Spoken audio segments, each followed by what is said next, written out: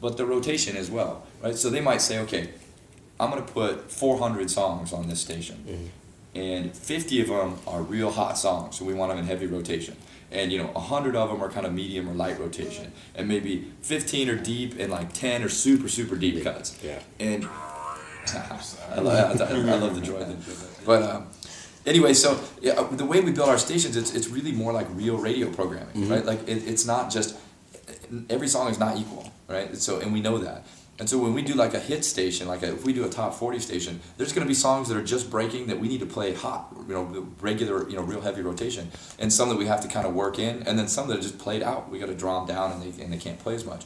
And so all of that goes into every station, and that's why I would stack our genre stations up with anybody's because of that, because they're going to sound good, they're going to feel good, you're going to hear hot new songs when you're supposed to hear them, and you're not going to be like, really, this is the same old track they've been playing, for a year on this station. They'll phase it out, and so those are our programs for the genre stations. But all of that influence goes into the stations that you might create too. So if you go in and you put in an artist that you like, and you say, oh, I like this artist, make me a station like that. We're going to look at, okay, what have our programmers been programming from this artist, right? Is there a song that's real hot? Is it on a lot of our program stations? If so, we should probably play that song first, right? Or maybe they're a one-hit wonder, and that's, their one song is programmed on every station, so that's the one that comes out. There's a popularity impact there, not just from how the users rate songs, but also from how heavy the DJs are programming this stuff. So you might even have a song from an artist like, it's programmed on maybe you have an artist like, let's say, U2 or the Rolling Stones or one of these artists that has many decades of songs. And they might have a song that's programmed on, 8 or 9 stations, but then they also have a new song that's out that's on like 3 or 4 stations because it's getting some play on the hits. Yeah. So it'll come in with, you'll get a hot song that's one of their classic hits, but then the new stuff will still pull in as well. And even to that, if you have a station based on an artist and they come out with a new album tomorrow and you built the station yesterday, as soon as their new stuff comes out and our DJs program it across the stations, it immediately goes into your station, right? Okay. Oh, that's a hit. It's from that artist. Let's pull it right in. So you'll be like, oh, I made this station 3 months ago. I didn't even know they had a new album. Here's their hit new song right into my station, right? So you get the benefit of our DJs programming in the background, even though you made your own station, right? So there's a lot of influence. There's a lot of hands-on, like real people touching real stuff, real music experts. So you know that if you pick one of our genre stations, it's because somebody who really knows that genre put it in there, not just because it has the tag that says it's a country station. It's not a computer sitting there. Yeah, right. Just trying to figure out, what is this? It's there's lots of highs and lows, so it's a dance Not station. doing a math problem. They're trying to figure out what you like. Yeah, exactly. Yeah, so I think, with that, when we first launched, it was on the web, and of course, we still are on the web and have a strong presence on the web. But as we've come to mobile, we take that same experience and put it on the phones. And because we can cache, and we used to just cache on the BlackBerry, we cache on the BlackBerry today, but as we bring caching to the Droid, as we bring caching to the iPhone, iPod Touch especially, because it's Wi-Fi only, right? Yeah. Now we can say, oh, I like this station, save it to my SD card, now I can listen to it no matter what. Whether I have a connection, whether I don't have a connection, whether my connection's terrible, like maybe out here in Vegas, you're getting spotty network connection, you can still listen to Slacker and no big deal. Oh, okay. Okay. It's a very nice mix. So, with your music directors, I know I'm sure there's still a lot of technical programming involved, but could you just explain more on how they actually, because it almost feels like, or sounds like I have a DJ. Yeah. I'm trying to get that perception down that it almost feels like, even though I create a station or I select a genre, and the director's job is basically to sieve that through constantly so that users get that experience that though it was created by them, they have a feeling that, you actually listen to a radio station. Yeah, that's right. And because even if you make a station on your own, right, and you say, here's 10 artists I really like, or 15 or 20 artists I really like, make me a radio station. It wouldn't be responsible for us to just say, oh, here's 50 songs by those artists, jumble them up, and that's just a mixed playlist. That's an iPod shuffle, right? I mean, that's not entertainment, right? It is for some people, but it's not radio. Yeah. So what we do is we build those same clocks, and we set up a clock to entertain you, right? So we're going to go, we'll come out right out with a power song, right? You put in an artist or a bunch of artists, we're going to come out with some kind of a hit song right away, so you feel good, right? You don't want to be like, here's all my artists I love, and we play some song you never heard before. You're like, what? This is, I don't get it. Yeah. But, so we'll come out with a hit song. We might even come out hit, right away.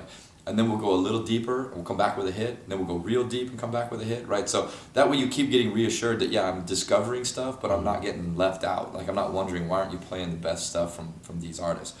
And that goes around an hour. So as we come around an hour of listening, we reset the clock and we start again, as we pick those songs.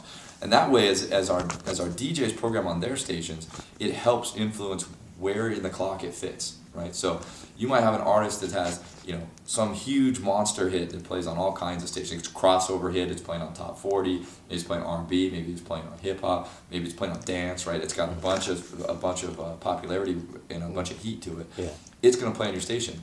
But it may be that same artist has one cut on their album that's really good, that nobody's really spinning anywhere. But our DJs know that that's a hot song, and they're going to put it in a lighter rotation, but then that'll get pulled into your custom station too. Even if you're like, oh, just pick this artist, you're like, that could be your favorite song off that album. You're like, why ain't nobody playing this? And then here it pops right up. Oh, nice. And so that's the benefit of our DJs programming these songs, is they know where they fit in the rotation. And so even when you build your own station, that gets pulled into that as well, right? We balance it based on how they're programming.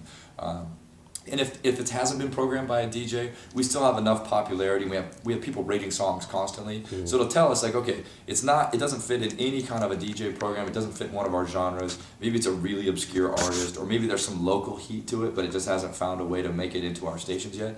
If enough people are rating it, it'll still pull popularity. It'll still say, okay, you picked an artist that we don't program anywhere, but there's enough to tell us these are the songs that fit in the right categories, and you'll still get the same experience, right? So even all the way down to a super obscure artist, as long as enough people have listened to it and have heard it and are picking it, you'll get that same input, right? And as you rate, the same thing will happen, right?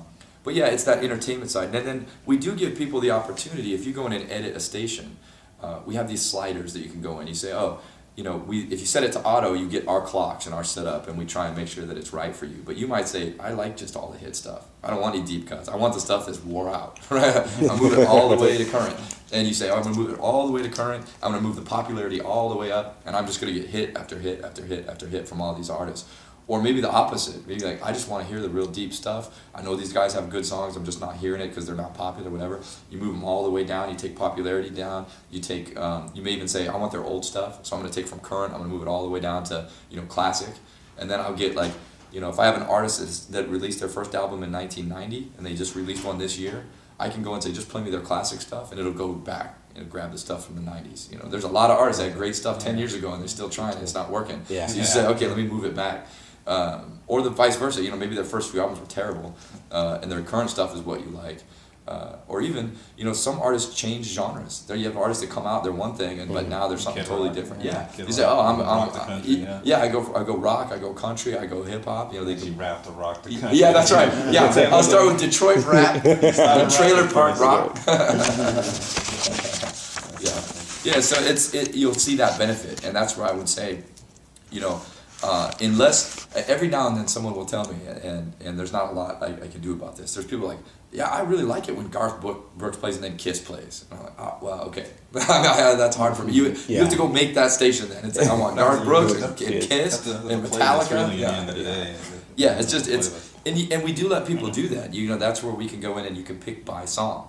So if you want a crazy radio station that has all kinds of different stuff in it, you say, oh, here's 4 Garth Brooks songs, and here's 4 Kiss songs, and here's Alice Cooper, and here's Tupac, right? It'd be a weird station, but it's whatever you want, and you can still do it. That's very interesting. I mean, I like the concept that you guys have decided to blend, because if you look at all your competitors, you have a situation where your competitors focus on, say Pandora might do tagging of songs and what's popular, and that just comes up.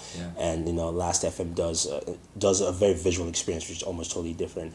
I like the fact that you guys have gone in and looked at it from the user's perspective, where almost as how radio music has evolved, in the sense that we went from radio, we went to CD players, we went to MP3 players, but we wanted playlists, but we also want to listen to things that are popular, that are trendy, as well as going the flow. So you almost give the user the two different dynamics, where you have a DJ, or you have, like you said, you have DJ directors who cover each genre, and as a user I can still select and place that together. So that's a very nice, interesting mix.